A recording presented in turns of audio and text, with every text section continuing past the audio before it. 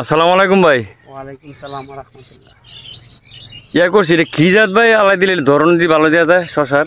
টেম্পু জাত। টেম্পু জাত? জোরে কও বুঝি না। টেম্পু। টেম্পু? এই শশাটা লম্বা মাশাআল্লাহ অনেক ভালো নাকি? ধরে বেশি। ধর ভালো। এটা কি অফিস থেকে পাওয়া যায় নাকি না তোমাদের খোঁজা আলি আছে? এই আমার হাতের বীজ এটা। হাতের বীজ?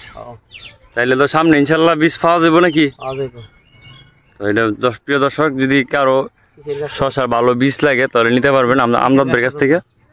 না মাশাআল্লাহ ভালোই। এই যে একটা শশা আছে মাশাআল্লাহ খুব ভালো, এই যে খুব ভালো জাতের শশা।